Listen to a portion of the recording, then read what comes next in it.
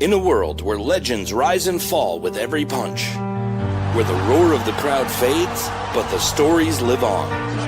This is where those stories are told. This is Talkin' Boxing with Billy C.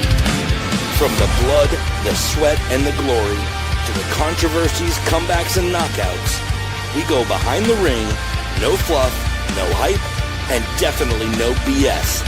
Just the truth behind the fight game. And we've been doing it for over 2 decades. A podcast pioneer, now a Hall of Famer. Great. What's that ego gonna be like? And next, the comeback kid. Wait, isn't he like 90 or something? Shut up, he'll hear you. The reigning, defending, undisputed, heavyweight champion of boxing broadcasting. It's Talkin' Boxing with Billy C. And it's on now.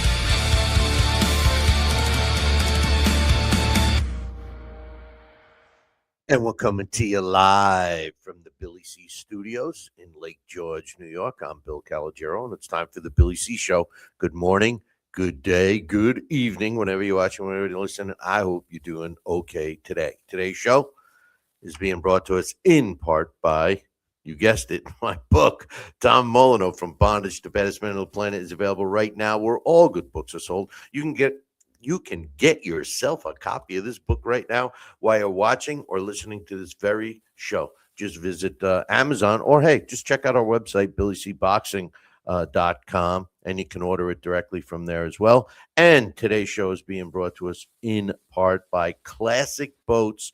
Hey, listen, if you're looking to get a handmade, top-notch wooden classic or a brand new Lavelli, check out classicboats.co. You won't regret it.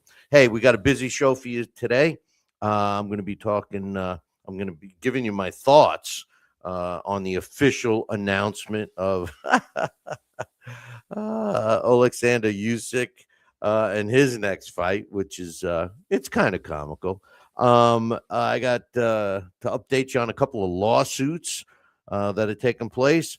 We got the latest boxing news and more. We got a great guest. I've been telling you, he's been coming on. He's a boxing historian, a writer, boxing Hall of Famer, and the author of this book, When in Doubt, Stop the Bout, among some other books I've talked about on this show a lot. My man Mike Silver is going to be joining us a little bit later. I'm also going to be breaking down and predicting the fight that's taking place this weekend, the first Zuffa Boxing World Title fight. It's in the Cruiserweight division. Jai Opetaia going up against Brandon Glanton. And that fight scheduled for this week, but this weekend, Sunday. I'll get into that a little bit later.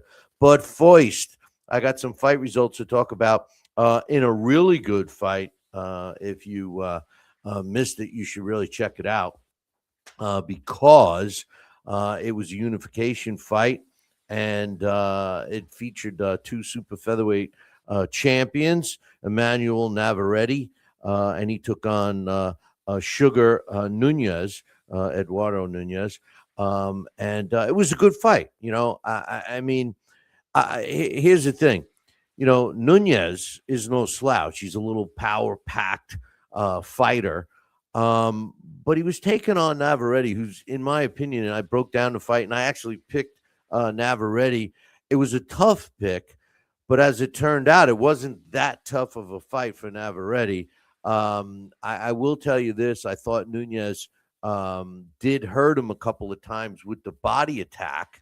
It was pretty obvious, and he didn't go for that. I thought that his corner was a little too brave. He got within one round, his whole eye was almost completely shut. The doctor looked at it, gave it the okay. But you know, if I'm the corner, you got to show some compassion for your fighters. I mean, he's not going to stop it. The friggin' doctor didn't stop it. You know, it's up to the corner. I mean, you know, as a fighter, you got to rely on your corner. I mean, Julio Cesar Chavez was doing one of the broadcasts And the camera from the broadcast I watched it on kept showing him. He was flipping out at the corner. But nonetheless, Navarrete gets the win. It was they stopped it after the 10th round finally, because thank God the doctor finally said no mas. At the end of the day, we have Navarrete 40 wins, 2 losses, and a draw, with 33 of his wins coming by knockout. He's now the WBO and IBF super featherweight champion. And Nunez drops only the second fight in his career. He's now 29-2 with 27 knockouts. And I totally expect him to be back. There's no question about that. Okay. This past weekend, I went up to the Turning Stone up in Verona, New York, and covered some fights there that I wanted to talk about. First and foremost, excellent card. Okay.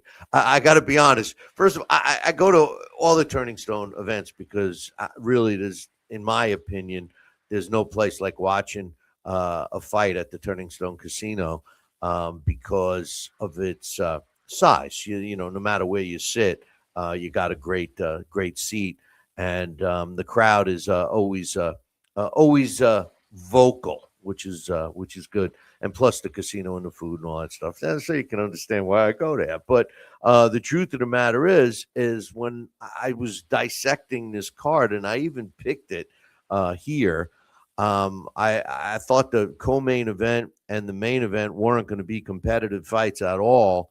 And I actually, when I got there, I was looking at the bout sheets, and I'm like, oh, they're probably not going to be. Boy, was I wrong. I mean, this card was excellent from top to bottom. In the main event, which I picked wrong. It was a regional feather. It was a international WBO featherweight title. Normally, I don't even mention that, but okay, every fight's a title fight these days. Elijah Pierce went in as the champion, and I thought he was going to blow away Lorenzo Parra. And the reason I thought that was going to happen was because Parra's record and his level of opposition that he fought wasn't all that good. And as a matter of fact, the one loss and one draw he had were the only 2 fights that he had against winning record opponents. Pierce came in this fight pretty cocky, was pulling some weigh-in antics and everything else. And then we later find out that Lorenzo Parra's father had just died. Well, what was the end result? Parra knocks out Pierce at 1 minute and 44 seconds of the second round. It was so exciting. I know it was only 2 rounds, but it was so exciting to see that. Only because, I always have a thing for the underdog. Always, even when I pick against them, I'm always rooting for the underdog, and it was a really enjoyable fight. And then the co-main event, which wasn't supposed to go that long as well. Bryce Mills. Now, Bryce Mills is a young fighter. He's in the junior welterweight division. He's a young local fighter up near the Turning Stone. He's out of Liverpool, New York. He hangs out with 4 guys in a band. No, different Liverpool. But anyway, he always draws a big crowd, and he's always exciting. And I've been critical about him, who he's been fighting and everything else. But let me tell you, it was really great, and I was glad I was ringside to see him capture his first title, which was the WBC silver title in the super lightweight division. He improves to 21 wins, 1 loss, with 8 of his wins coming by knockout, because Tobias Green was stopped at 1 minute and 23 seconds of the 4th round. It was pretty action-packed. Here's the thing with Bryce. And he's calling out some top fighters now, and now that he's got this belt, he's obviously going to be able to get some bigger fights. and he's calling out some big fighters, and we'll see how he goes. But let me tell you, his style is very crowd pleasing. He's an all action fighter. He's in phenomenal shape. If you look at this kid, especially I'm watching him ringside, and he's weighing in at 140 pounds. It just 140 pounds. I mean, if you see this guy, he looks like a light heavyweight. He's chiseled. He never seems to get tired. The only thing I there's something going on with his power. I mean, when you hear him throw punches, they thud, right? And he normally his opponents don't go anywhere, but his last couple of fights were good. I want to just jump real quick into the chat room. Give a shout out to the guys in there. And they're talking about Rico as a famous kickboxer. Today I'm going to be talking about the fight Usyk and the guy we're talking about, Rico Verhoeven doesn't vision Wooden. It's not. Come on. I mean, you can say what you want. I know he's a great kickboxer, but it shouldn't be happening. We'll get to that a little later. Back to Turning Stone. And then there were some other fights as well. Kermel Motan, who's he's a young kid. He's now 9-0. He stopped his opponent right at the end of the second round, Wilfredo Flores, who drops to 12-7-1. Kermel improved to 9-0 with 7 knockouts. He's out of Las Vegas. He's got some potential. He's a little cocky for a young fighter. I'd like to see him just curb that a little bit. He's in great shape. He's 19 years old. Keep an eye out for him. And Rodrigo Mascara, he won a unanimous decision, 4-round decision over Cahill Sanders to improve to 5-0 with a couple of knockouts. And Sanders drops to 1-2 with one of his wins coming by knockout. In a fight that it only lasted 1 round, but here's another guy to keep an eye on. He's in the super welterweight division, junior middleweight, and he looked like a monster too. Out of Quebec, Canada, Brandon Pollard. He's now 3-0 with 3 knockouts. He destroyed Charles Scott at 2 minutes and 40 seconds of the first round. And this kid, he looks promising. So keep an eye out for him. And the show started off with 3 female fights. The first one, Katrina Scalzo, making her pro debut, a local fighter, taking on Michelle Cook, who's an experienced female fighter in the super lightweight division. It ended up being a split decision draw in that one. In the super flyweight division, Damiana Andrillo took a unanimous decision over Jessica Radke in another very entertaining fight. All 3 of these female fights were extremely entertaining. And in the main female fight for an NABF super flyweight title, the flying Hawaiian Shira McPatricio won a unanimous decision over Maribel Ramirez to improve to 8-0 with 3 of her wins coming by knockout. And Ramirez drops to 15-14-4. Pretty good veteran fighter. So all in all, this fight was also promoted by Manny Pacquiao. Manny Pacquiao Promotions, that is. All in all, what a great card. The next one I think they're having will be Hall of Fame weekend. So you're going to want to show up for that for sure. I know I'm going to be there. All right, here we go. Give a shout out to Coach who just popped in. Microphone Productions is in there. Says easy fight for Usyk. It's all about the money. Look, let's talk about that. Oleksandr Usyk going up against Rico Verhoeven. And look, here's the thing.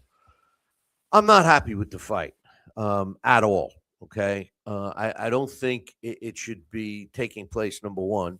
I mean, we're talking about a guy in Usyk, And this is what's bothering me. Okay, boys and girls, this is what's bothering me. I give Usyk a lot of credit. I don't really. Heavyweights aren't supposed to be rated pound for pound, right? They're not supposed to be in the pound for pound ratings. The pound for pound ratings were considered for every other weight class because the heavyweight division is supposed to be the division, right? So, but in his case, and it was the same with Evander Holyfield, these guys fought in multiple weight classes, so you kind of got to give them a pass. And with that said, Usyk is a pound for pound fighter. He's done things that I didn't think he could do, to be honest. He's such a brilliant fighter. He's deceivingly powerful, accurate, good defense. I mean, he does it all. And one of the most impressive parts of Usyk, in my opinion, is that he challenges himself. He fights big fights, fights that you say to yourself, he's not going to win. I said to myself, hey, Billy, see, he's not going to win. And then I said back to myself, what are you, nuts? Of course he's going to win. But the truth of the matter is that he's proved it in the ring. And I think that his legacy, which he will have, listen, I'm not putting him as an all-time top number one or even top 10 right now. I mean, people are anointing him as the greatest. Let's not get crazy. You always got to wait for a fighter's career to end and, let it dissect it a little bit. Let it sink in a couple of years after they're retired so you can give them the credit where credit's due, or kind of eliminate when over credit's being delivered. I don't know. But in any event, I've always respected him for challenging himself. Rico Verhoeven is a champion kickboxer, and I'm not going to take anything away from him. I mean, as a kickboxer, he's 66 wins and 10 losses. I mean, he's no spring chicken at 36. He's been in a lot of top-notch kickboxing tournaments. Who's won, but he's not a boxer.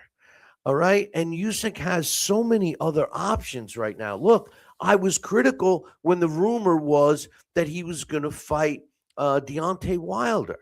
All right. I like the fact that Deontay is fighting Derek Chisora because the winner of that fight obviously is going to get a shot at Usyk. Now, is this a stay busy fight?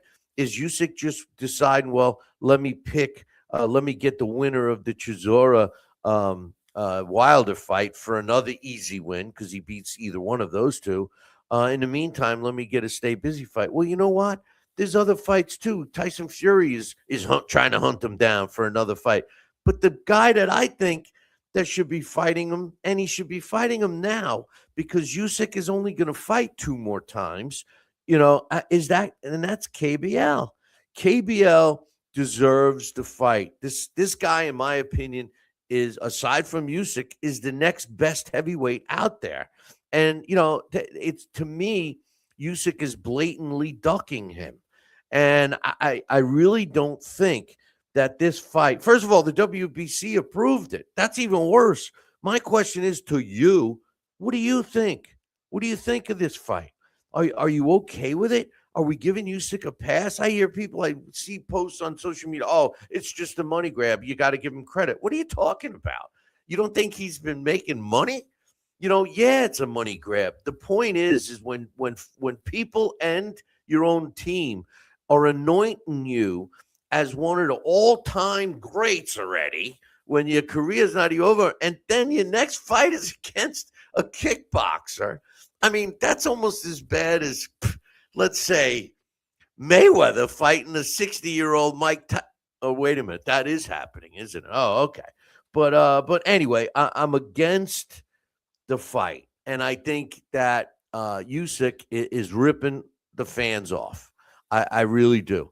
I think he's ripping the fans off, and I don't think that the WBC. How? Let me ask you this: how does the WBC even sleep at night approving this fight? Look, all the sanctioning bodies and we're going to be talking to Mike Silva because I'm going to be talking to him about that too. But all the sanctioning bodies are in a panic. All right, they're in a panic. Mean, bad, old, evil Dana White and Zuffa Boxing is threatening, their cash cows. I'm going to say cows because all the fighters, right? And all the different sanctioning bodies. And then they spit out this. they approved this fight. I mean, it's comical. If I didn't know that it was true, I would be thinking that this was like, an April Fool's joke on March 4th. I'm not crazy about in case you haven't noticed, I'm not crazy about the fight. Very disappointed that Usyk is taking this fight. Even more disappointed that the WBC, who most people regard as the most valuable of the four major sanctioning bodies, how they can approve it. Look, it goes back to when Mayweather, okay, when the Nevada State Athletic Commission, and I'll never forget it, Triple G wanted to fight Jaime Munguia. Munguia at the time was 25-0. And the Nevada State Athletic Commission said, yeah, sorry, Triple G, you can't fight him because he's not experienced enough to fight you, because Triple G at that time was, 25-0. And we all know he's regarded as a knockout puncher, and he had a pretty good run there. But then the Nevada State Athletic Commission turns around and approves Floyd Mayweather against Conor McGregor. And Conor McGregor, forget about his successful MMA career. He wasn't a boxer, and they approved that. They approved that fight. So the WBC is doing something very similar. Very similar. Well, Usyk says his quote after it was officially announced is, I truly respect people who reach the very top of the sport. Rico's one of those guys. He's a powerful athlete. He's a great champion. He's truly the king of kickboxing. Being a champion isn't just about belts. I'm ready and looking forward to a meeting. I'm looking forward to meeting him in the ring. It's going to be a unique experience for both of us. A big night is coming. That's a pretty, neutral statement, if you ask me. He's a world champion. He's a world heavyweight boxing world champion. At the very least, he should be fighting a boxer. Now, Rico, in his defense, this is a great opportunity for him. I don't blame him. He's great. Talk about a money grab. He's going to get all the publicity. No pressure on him. And he said, I spent 12 years as the undisputed heavyweight kickboxing champion, and I accomplished everything I set out to do, but staying at the top for that long didn't take away from hunger. It strengthened it. Usyk's the undisputed in boxing. That's the kind of challenge that motivates me. Undisputed versus undisputed, the best versus the best. Hey, you know what? Why doesn't the winner of that fight take on the undisputed WWE heavyweight champion? And then the winner of that fight could take on the undisputed UFC champion. Who knows? Who knows? And who gets left out of all of this? KBL. And KBL, to me, is the best heavyweight aside from Usyk out there. But anyway, we got a comment in the chat room. Microphone Production says Mayweather fought every champion in different divisions in his era. Pacquiao is the only one I think he didn't fight in his prime. No, that's not true. And I'm sure Coach can name him. The fight that sticks out the most for me, Microphone Productions, is when he chose Baldomir, which was the weakest welterweight champ at the time.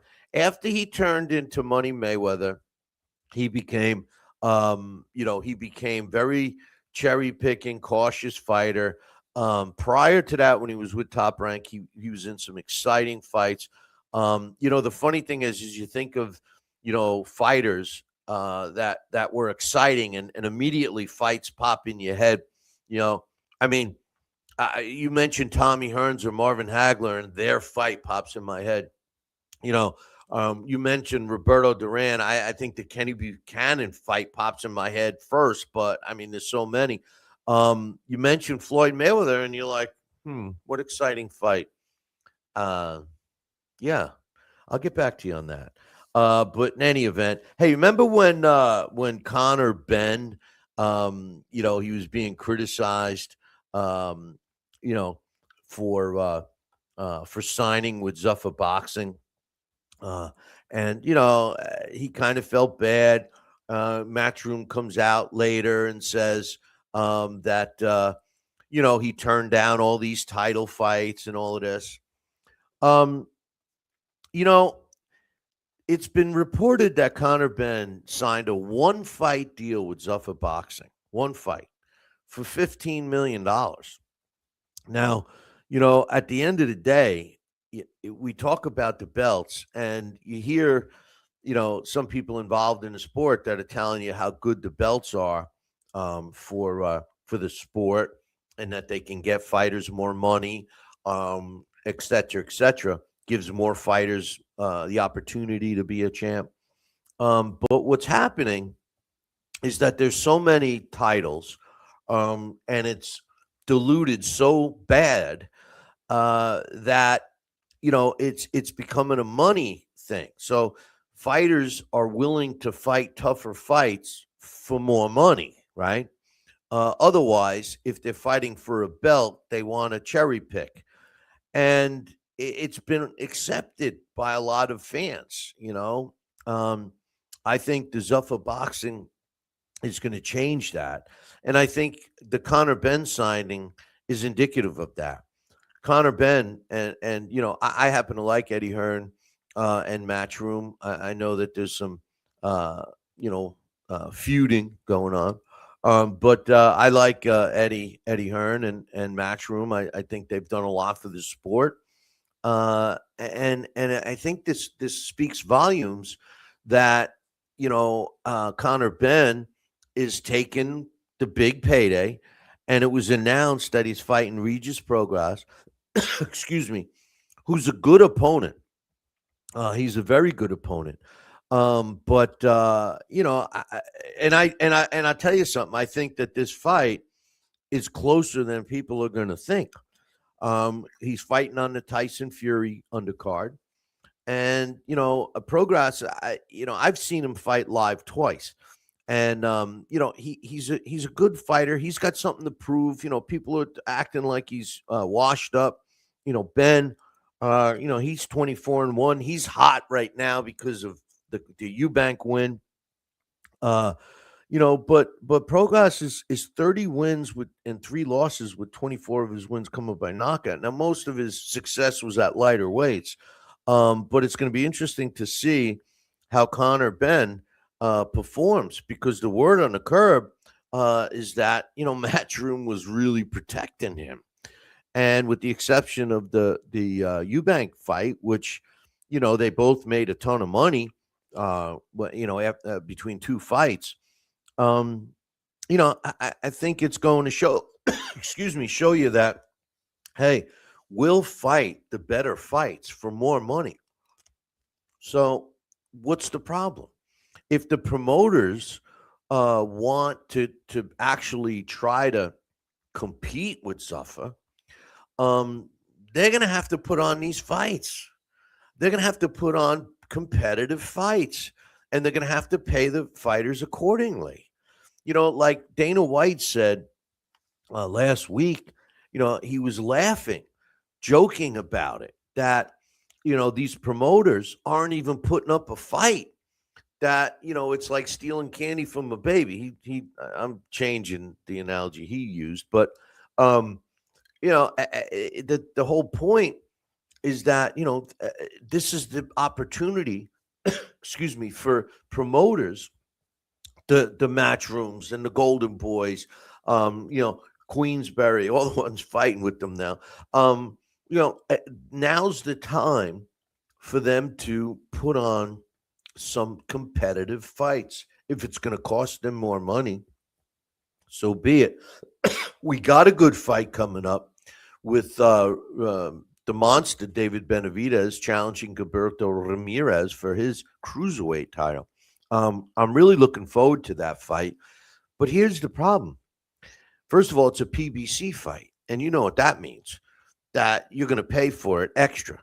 And this is one of those deals where it's on, I believe, Amazon Prime, but you got to pay. So even if you're a Prime holder, which has been the benefit in the past where a lot of people tuned into the fight, you still got to pay.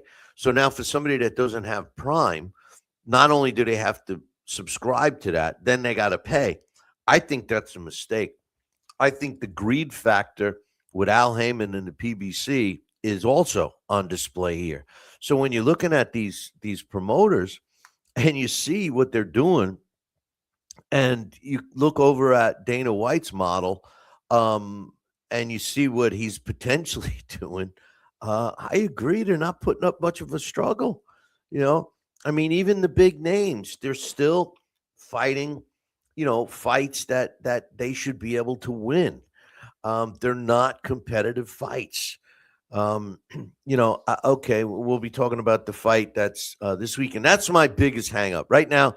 I only have one problem with Dana White's Zuffa Boxing. Only one so far, and that is that he airs on Sundays, and he airs on Sunday nights. I think that's a mistake. I get it. He's airing his UFC model on Saturday nights. If I were him, I would consider shifting the boxing to Friday nights if he can cut that deal with Paramount. Get Friday night fights. I think that they would do better viewership. I think that to have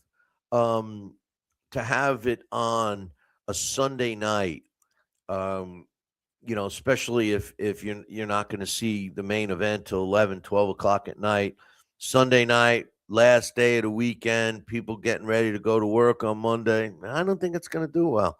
The people may watch it on a replay, but I don't know. Dana, I know you know it because you've done it and you're successful, but you know what? I think you should rethink that one.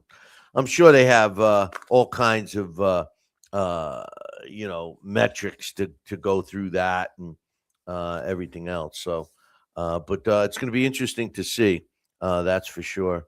Hey, listen, I've been talking about this cat for a long time, and I'm always referring to one of his books, The Art of Boxing: The Rise and Fall of the Sweet Science. But he's got a new one out right now, and I've been talking about that. When in doubt, stop the bout. Joining us right now is a boxing historian. Let me get all this stuff right from my man, the boxing historian. He's a boxing writer. He's a boxing Hall of Famer. And he's my friend. Mike Silver joins me. What's up, brother? Thank you. Thank you for that wonderful introduction, Bill. I probably forgot a few things, but that's all right. Hey, when in doubt, stop the bout. Right. It's a good book. Tell us about it. I got some questions about it, but go ahead. Tell us about the book. Well, been watching boxing for well over 50 years. And, if you watch boxing long enough, keep watching it, you can't help but become a critic. And especially with what's been happening with the sport, it's so fragmented now. I mean, what kind of sport has over 100 world champions? Right. We used to have 8, not more than 10 weight divisions. Now it's grown to 18. Yeah. I mean, I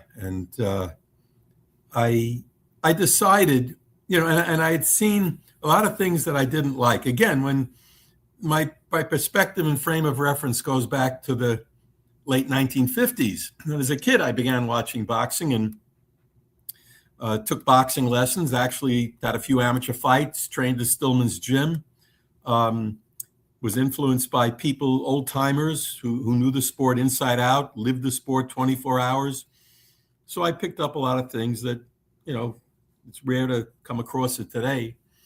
And I began to be alarmed at what I was seeing, especially in the last 10 or 15 years or so, which not just that the overall skill level of fighters had been sort of downgraded. There's reasons for that, and a lot of it is in my first book, The Arc of Boxing, which the subtitle is the Rise and Decline of the Sweet Science.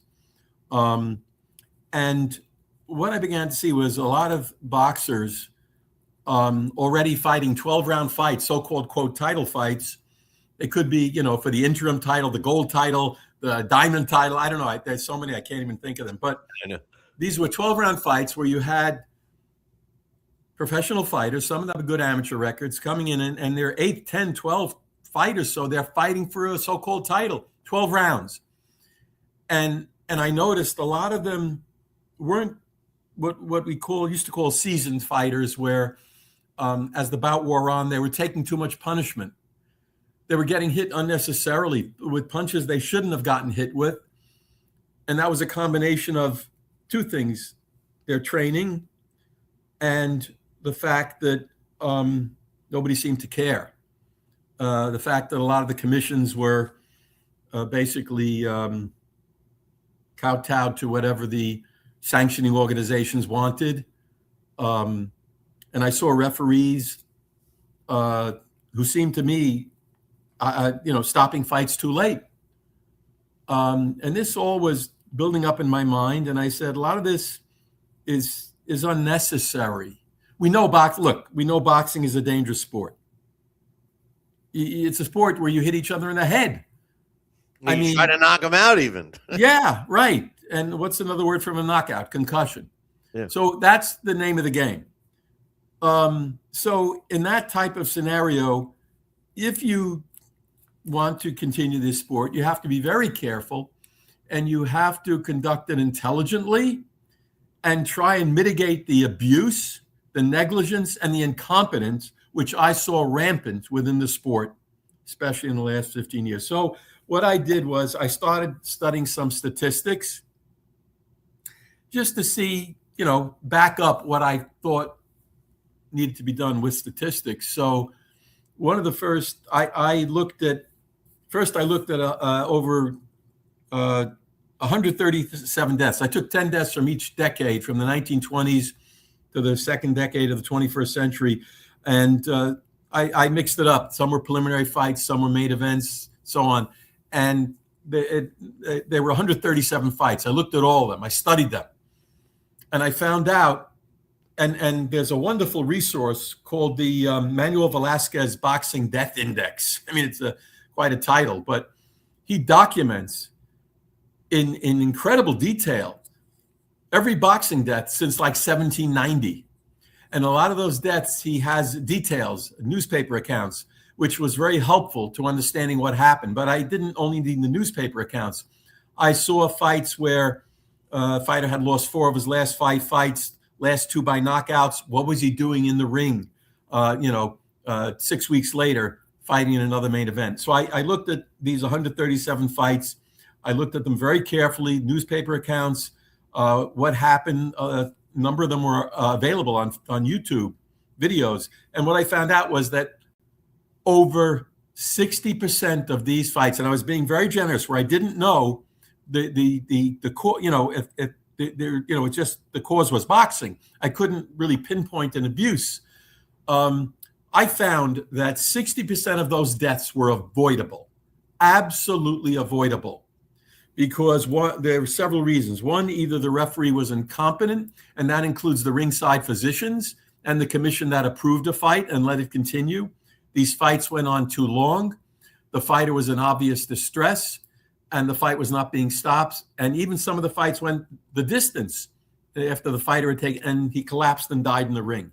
So 60% of those 130 deaths fell under that category, okay? Where if different things had been protocols, and mostly just involving common sense, okay?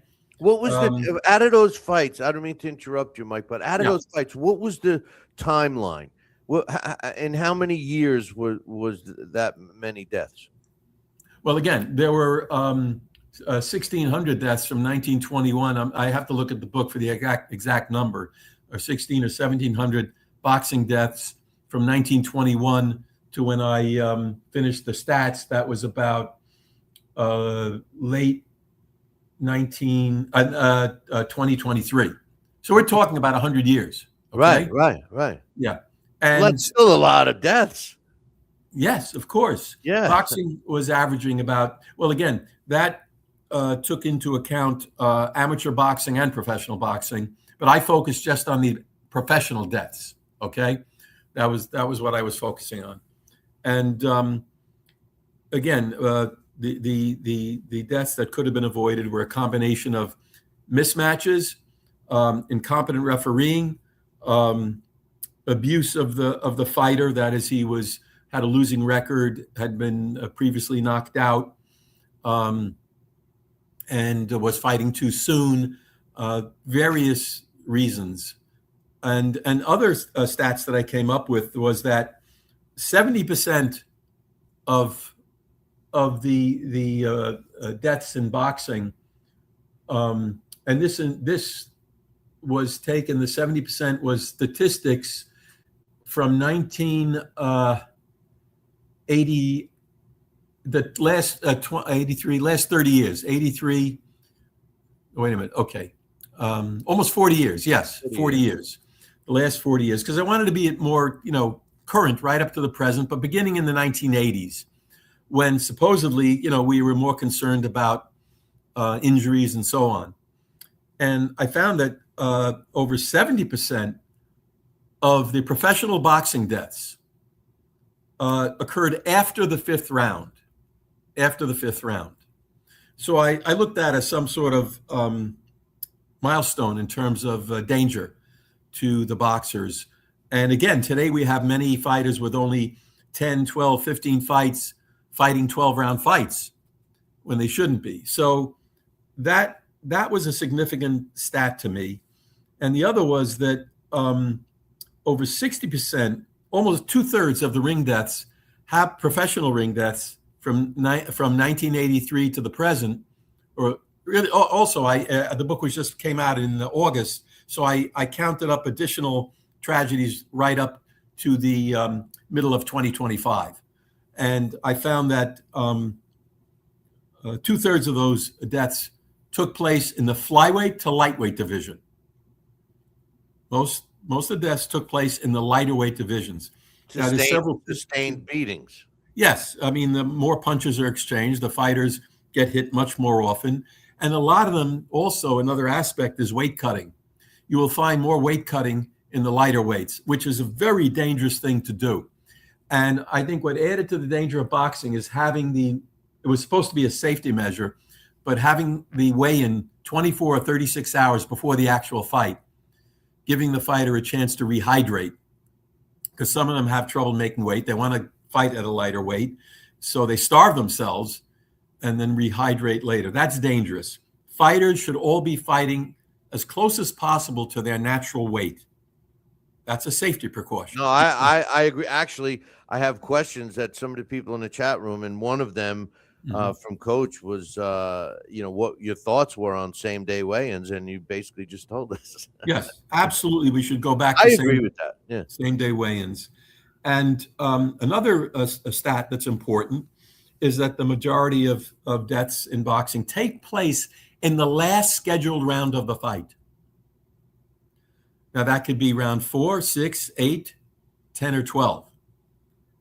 But more deaths take place in the last scheduled round. And I tried to think, why is that? Yeah, why? Well, because the referee and the doctor, doctors are almost bystanders in this. They hardly ever get involved, really.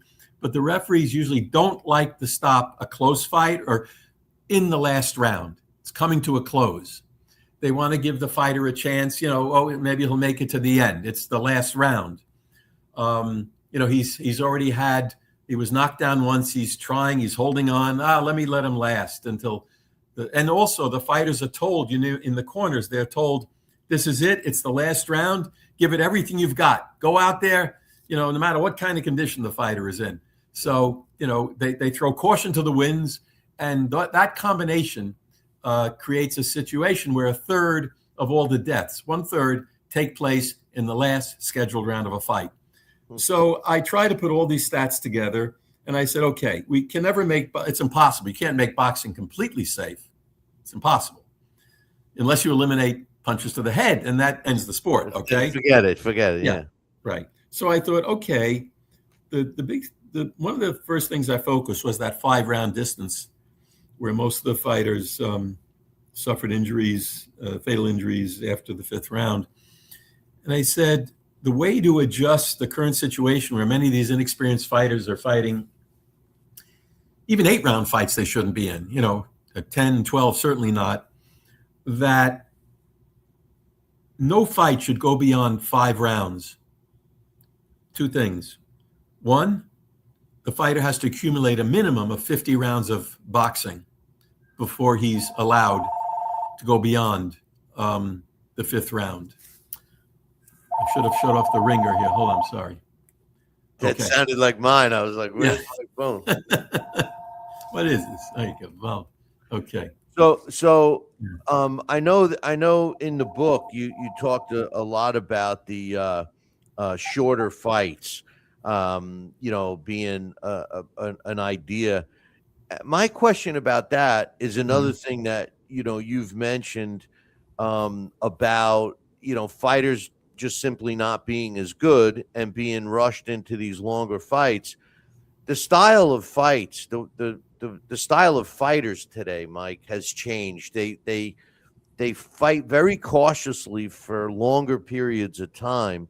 If fights were limited, do you think that would change, or do you think they would just be the same as they are now and just have even more bizarre endings? My question to you is, maybe you're watching. I tell you the truth, you're watching probably more fights than I have, but I don't see fighters fighting cautiously at all. I don't see that. I see them. Are you watching very aggressive? I see the style is very aggressive today. Yeah. Okay. All right. I don't see that. I mean, I see they're trying to establish dominance very early. They go after each other, going for the knockout. A lot of their punches are thrown with the intention of knocking out the opponent. I don't see, unless you compare, I don't see the fighters fighting cautiously. Certainly not the way they used to. Well, you don't see in the old days. You take 1 or 2 rounds to feel out the fighter and move, and that was experienced fighters used to do that. Even preliminary fighters, I don't see that today. I see an aggressive form of fighting because defense is not really taught properly. No, but what if you watch? Okay, if you watch the norm, the majority of the fights that are mismatches, because I know you talk about that, the mismatches, and then if you got this guy, let's say fighter A, who's been handed mismatch fights, for 25 fights, and he knows that he's in there with somebody he should take out, and he's real aggressive. But when you see 2 fighters, when they finally do fight, where 2 fighters are supposed to be evenly skilled, they do fight a little more cautious. Well, they're afraid of each other. Well, again, yes, you're talking about, look, you're not talking preliminary fighters. You're talking experienced fighters who realize they're fighting somebody of great, skilled opponent. Yes, and those are fights that are going to be 10 rounds, 8, 10, 12 rounds. These are more experienced fighters.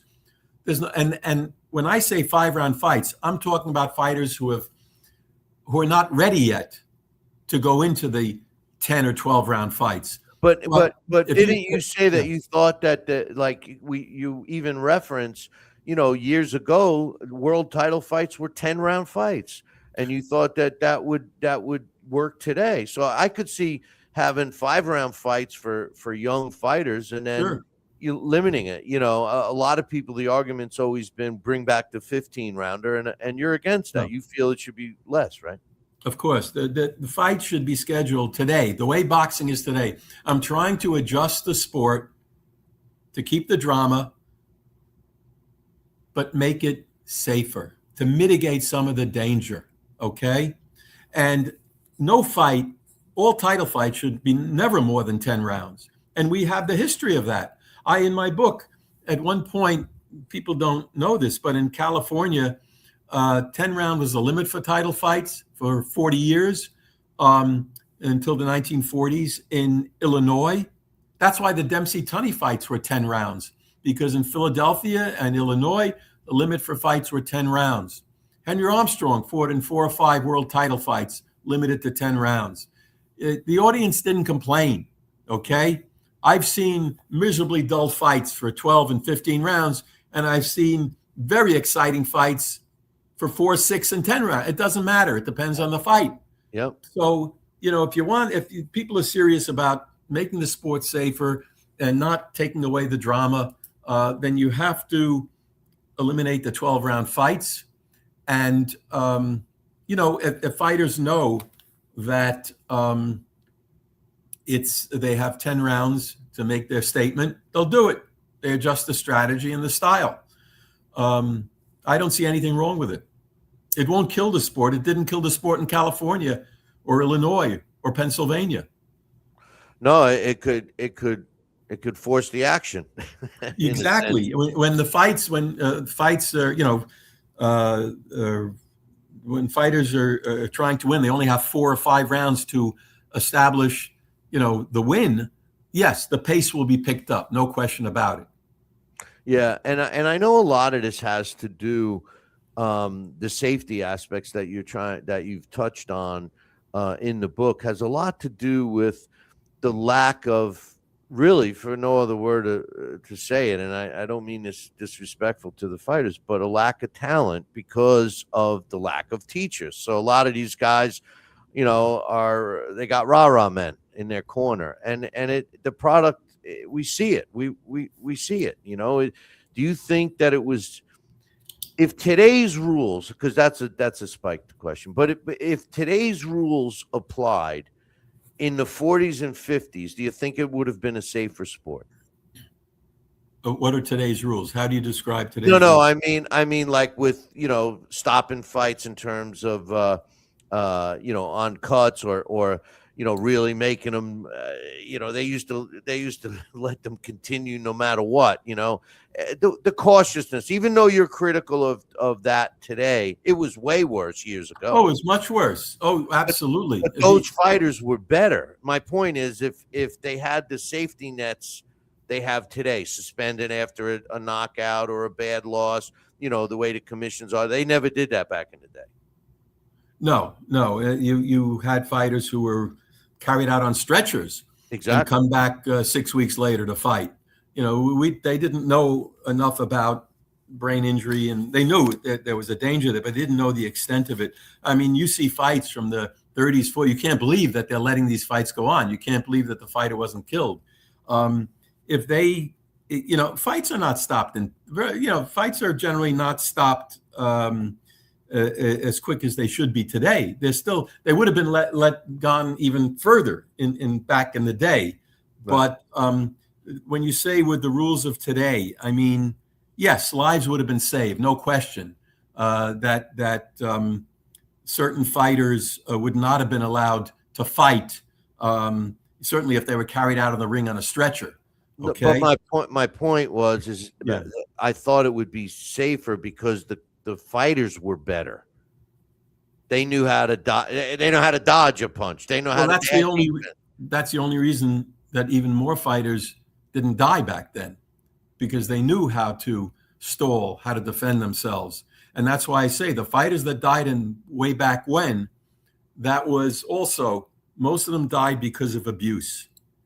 They were mismatched. In fact, if the rules of today, where a fighter was knocked out, he's suspended, he must not fight for at least 60 days, right, that would have saved some lives. Right. And some of the tests we have now. Yes. Yeah. And that's the whole reason. There's no excuse for what's happening now. For all we've learned, everything that we've learned over the past 20 years about CTE and brain injuries and so on, should make even more concern about adjusting the rules of engagement for the sport today to take into account the fact that the fighters are not taught proper defense, that they're coming into a 12-round fight with only 10 fights under their belt.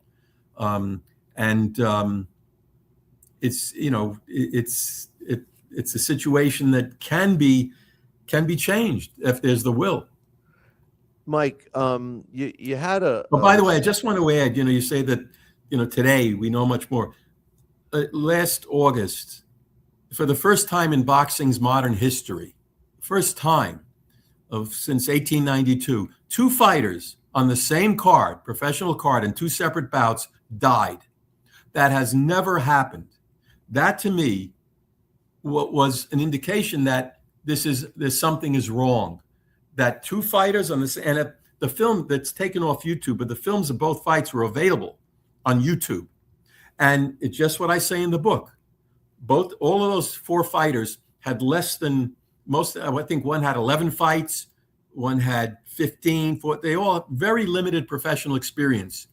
And each of those fights, one was 8 rounds, went to a distance. The guy collapsed in the dressing room. The other one was knocked out in the last round, 10th to 12th round.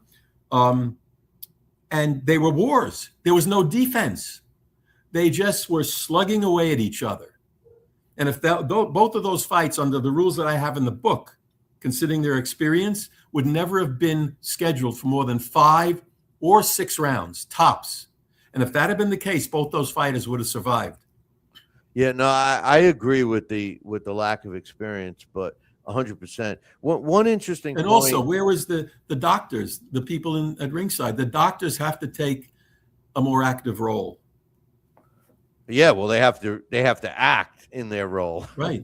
Right. Speaking of doctors, you make an interesting point. You said you feel that doctors should be required to interview fighters prior to the fight to get to know them.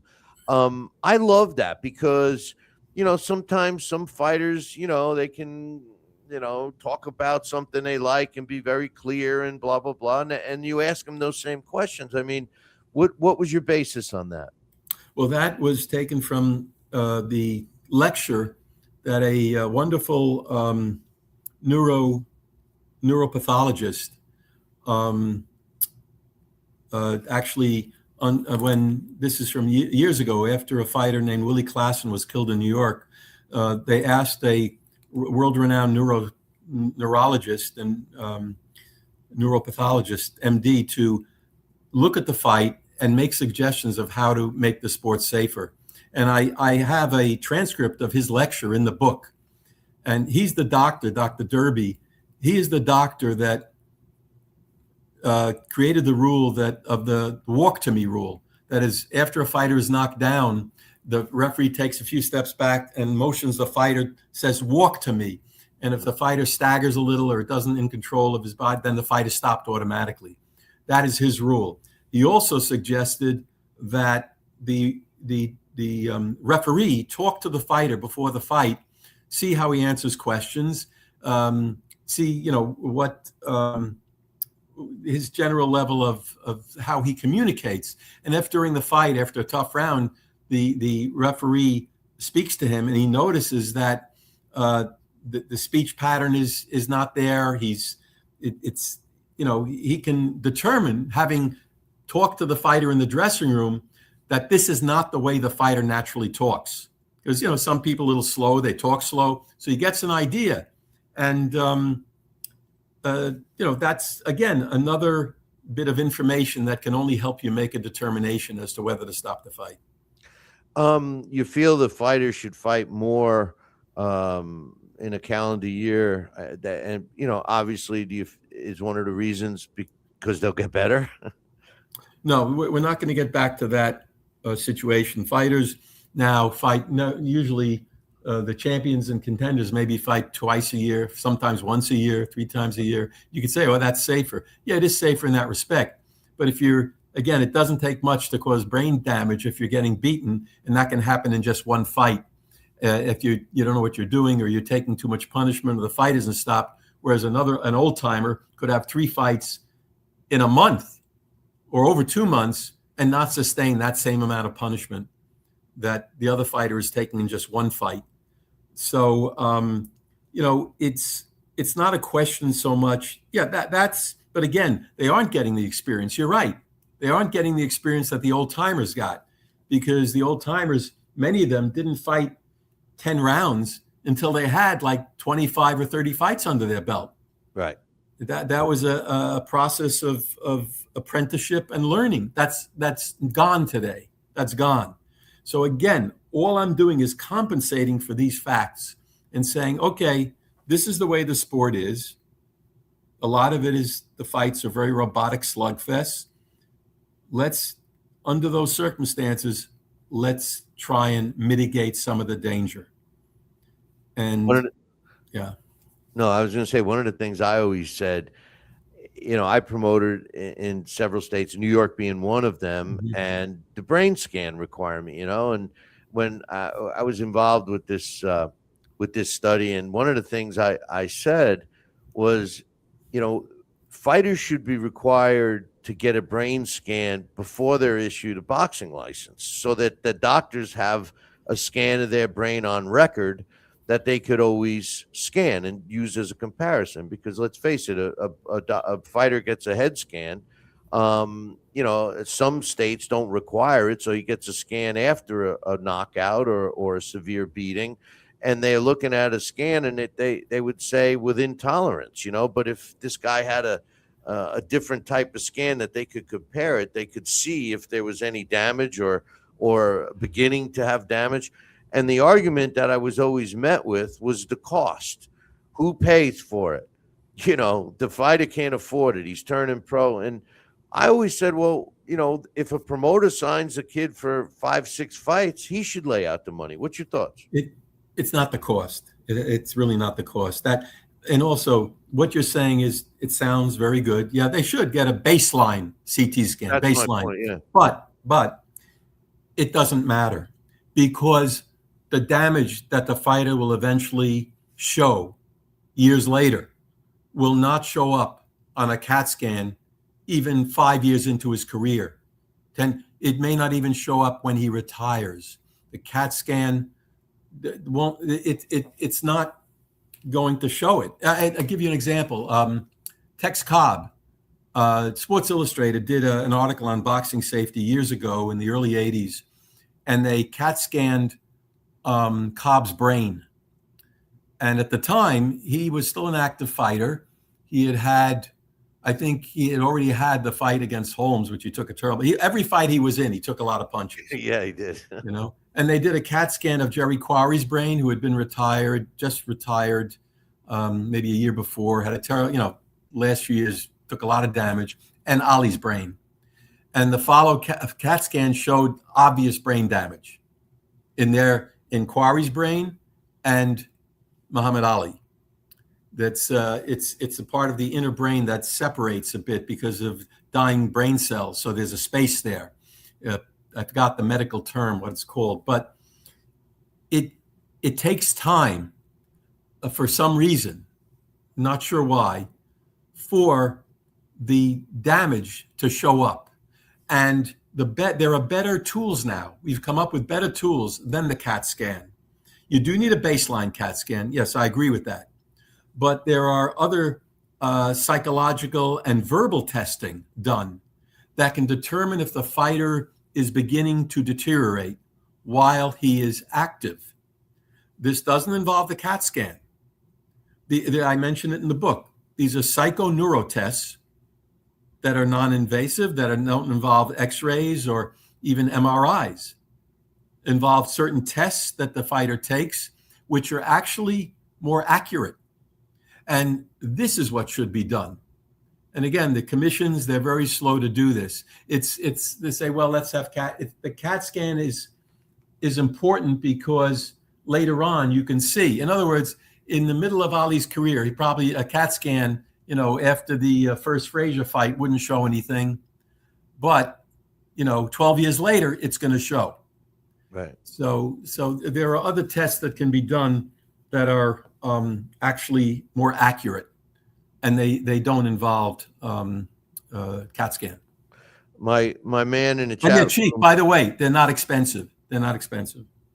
my man coach in the chat room wants to know what trainer Willie Groons taught you. Who's there? Who said that question? No, one of the guys in the chat room, my man coach. He always comes, no matter what guest it is. He always comes. Coach must know me. Coach must know me because Willie Grunis was my trainer.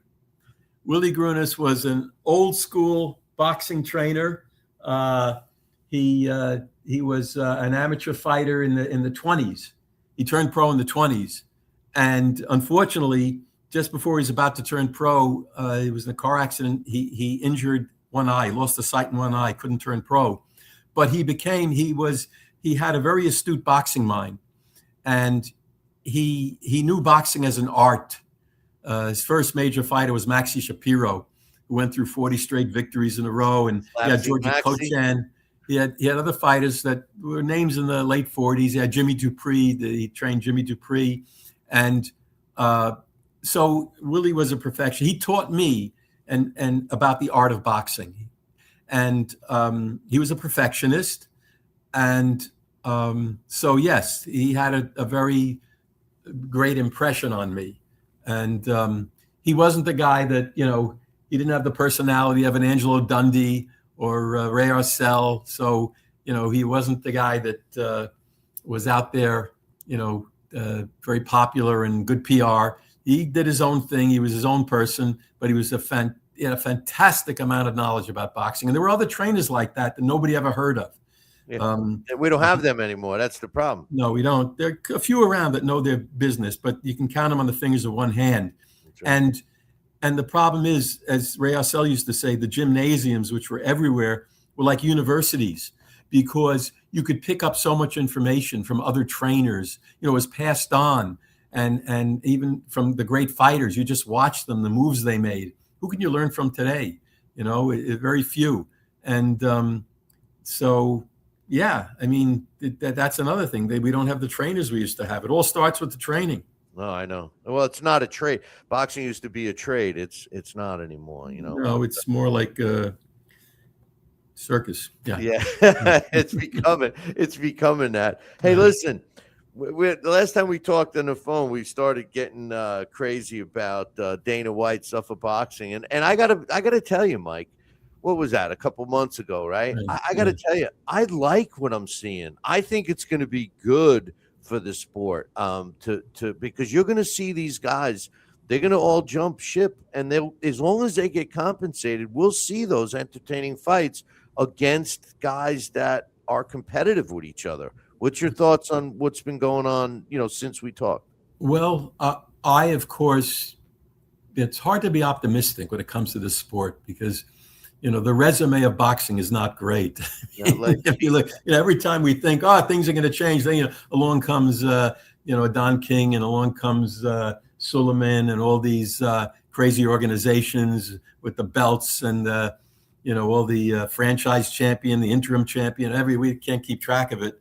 So, and I say, yeah, I'm hoping that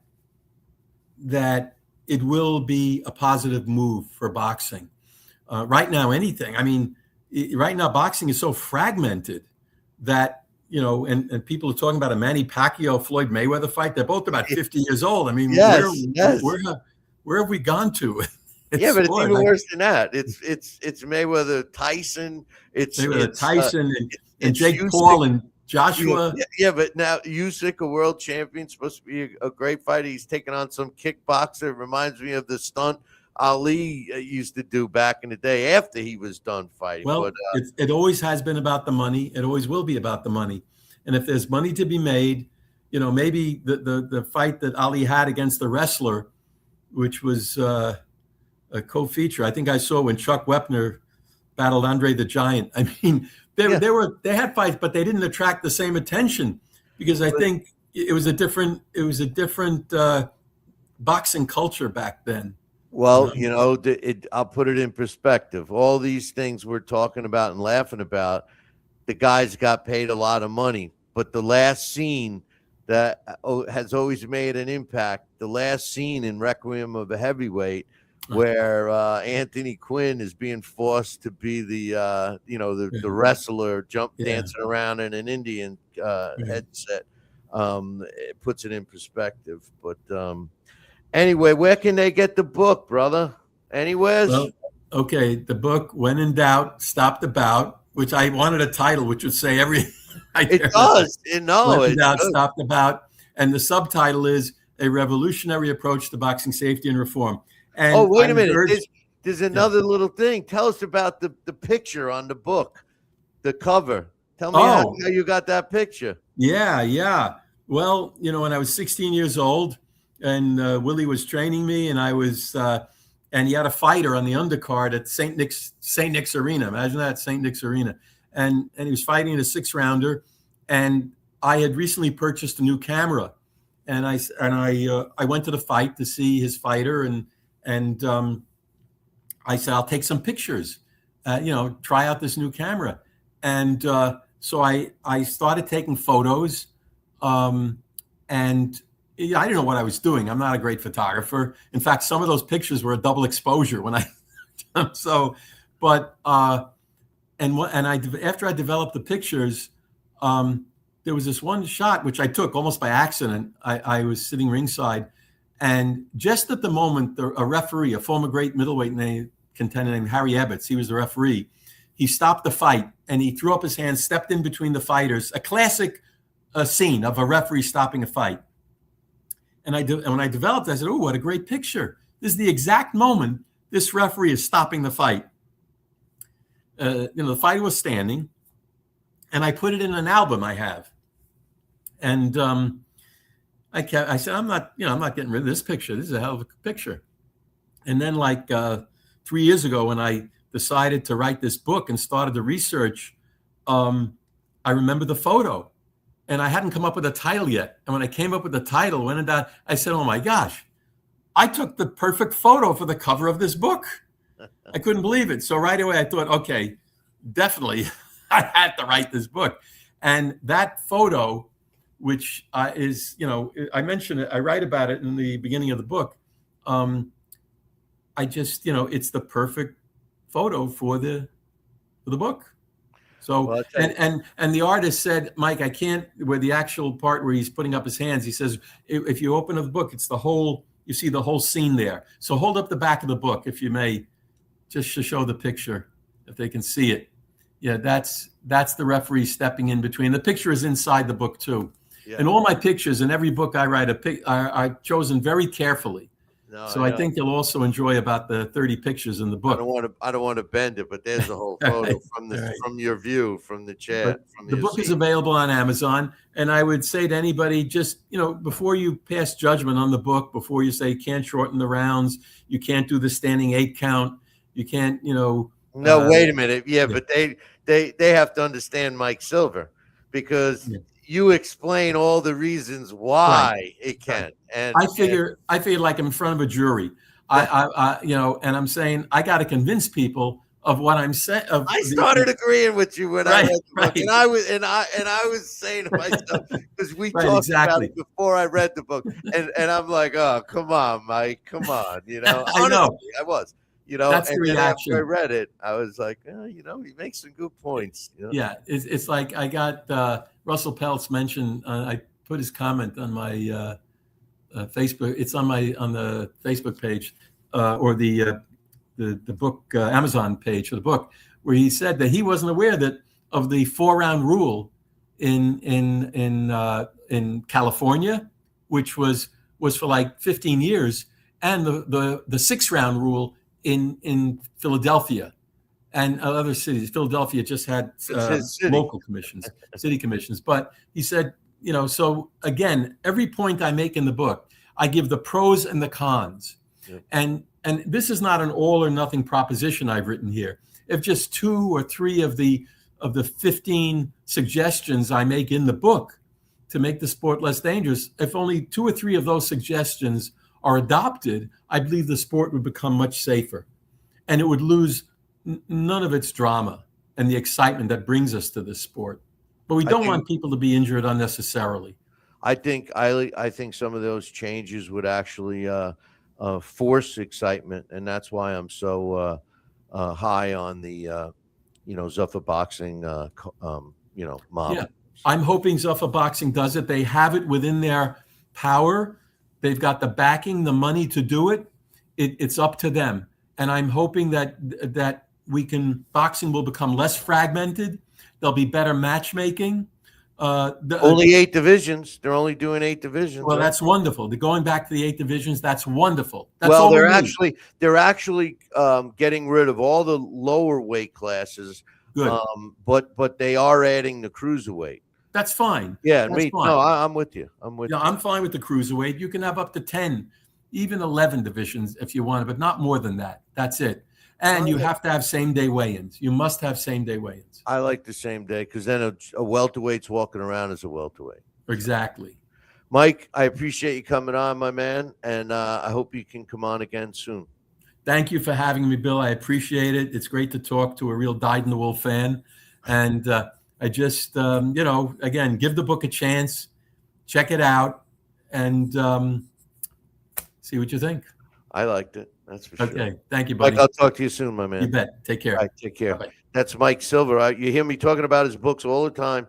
And trust me, like I said, I was honest.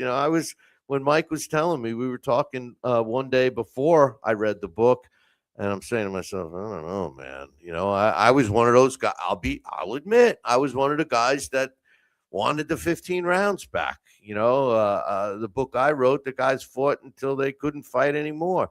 20 rounds. But there's some great points made in the book, worth the read. Anyway, the judge granted. Let's talk about Saga for a minute. Golden Boy and Virgil Ortiz and the management team, they were all suing each other. Well, it was announced early this week that the judge granted Golden Boy's motion for arbitration, which means some big fights with Virgil Ortiz are on hold. So, and speaking of lawsuits, my man Mike mentioned Don King. Well, Don King he's jumping on the bandwagon too. Now he's suing Ring Magazine over the Michael Hunter over the Michael Hunter situation and the world title fight that he was supposed to have. And he's also suing the WBA. I guess it's in the air. Just sue everybody around you, right? Anyway, there's a good fight this weekend. Let's talk about that real quick. I'm going to give you my thoughts on we were talking about Zuffa boxing. Well, this happens to be for the first Zuffa boxing world title. It's a cruiserweight, and it's Jai Opetaia going up against Brandon Glanton. I'm sorry. And Jai Opetaia, in my opinion, is the best cruiserweight out there right now. A lot of people haven't heard of him because he's from the land down under. That's why, and we don't get to see him that much. But he's got a record of 29 wins, 23 coming by knockout, no losses. He's only 29 years old. The man stands at 6'2", 76-inch reach. He's 4 years younger than his opponent. We'll get to that in a minute. He's a southpaw. He's also the IBF World Cruiserweight Champion, which opens up a whole nother can of worms for this fight for the vacant Zuffa Cruiserweight title. Because he's the IBF World Cruiserweight Champion, he's not rated at all by any of the other sanctioning bodies. But the computer, ESPN, The Ring, and Billy C. Boxing all have him ranked at number 1. Some of his big fights, well, he beat Marius Briedis twice, both for world titles, a 12-round decision in 2022 and a 12-round decision in 2024. He's also got wins over Jordan Thompson, Ellis Zorro, and Jack Massey. And in his last fight in December of this past year, he got an 8-round knockout over then undefeated Chinkara, Hussein Chinkara. He's an exciting fighter. He does get hit. He has been down, but he has not lost. He steps in with Brandon Glanton. Now, Brandon Glanton's got a record of 21 wins, 3 losses with 18 of his wins coming by knockout. He's never been stopped with his 3 losses. He lost to Chris Billiam Smith in April of 2025 in a 12-round decision. He lost a 10-round majority decision to Soslan Azabaramov in March of 2023, and he lost a 10-round split decision to David Light in December of 2022. He does have some pretty good wins. In January 2024, he stopped Emil Marek in the second round. Marek, going into the fight, was 35 wins with only 4 losses. June of 2024, he stopped a then 12-1 Oleksandr Usyk in the 11th round in what was a thriller. And then in October of 2025, he stopped Marcus Brown. Yeah, that Marcus Brown, who was 25-2 in the 6th round, and what I think was his best win as a pro. He's 34 years old, 4 years older than Jai Opetaia. He's an orthodox fighter, 2 inches shorter at 6 foot, but at 79-inch reach, he's got a 3-inch reach advantage. He's a power puncher. He comes forward, which should work in Jai Opetaia's favor. The computer ranks him at number 17. You know, looking at all the rankings for this guy was pretty strange because they were all over the place. The computer ranks him at number 15. The IBF has him at number 15. The WBC has him at number 8.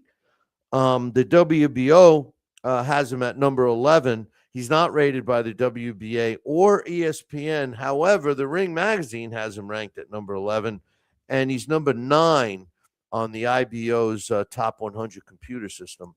How do I see this fight going? Well, I think Glanton's got a puncher's chance. He is a powerful puncher. He does come forward, and Jai Opetaia does get hit at times, and he has been down. However, if you've never seen Jai Opetaia fight, you know, and considering he's really on the world stage, you know, kicking off his upper boxing career and all these things, I think we're going to see a really good performance from Jai Opetaia.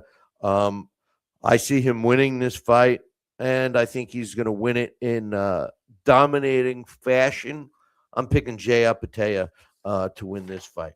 Hey, listen, boys and girls, make sure you mark it on your calendar to tune in on Wednesdays, because we've got some great guests coming up over the next few weeks. Next week, we got, remember Amelia Moore, a female fighter? She was on the show last year. Well, she's coming on again next week because she's fighting for a vacant NABF lightweight title real soon. So I can't wait to talk to her again. She's going to be coming on. And then in the weeks following that, we got Carl Weingarten. Mr. Weingarten has been doing a fantastic job. I don't know if you've seen some of his stuff on social media, but he's been taking some old films and digitizing them to where they look like, you know, they happened yesterday. Great stuff, including old stuff like a Jack Johnson Burns fight. Tommy Burns, I think he did. So real good stuff. And my man, remember I told you there's 2 boxing referees that I think are the top 2 boxing referees in the sport of boxing.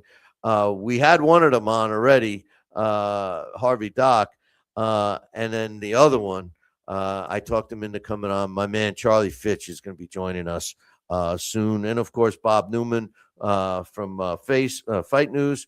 So we got a lot of good stuff coming up. So listen, make sure you tune in next week, same bat time, same bat channel. Until then, I'll leave you with this.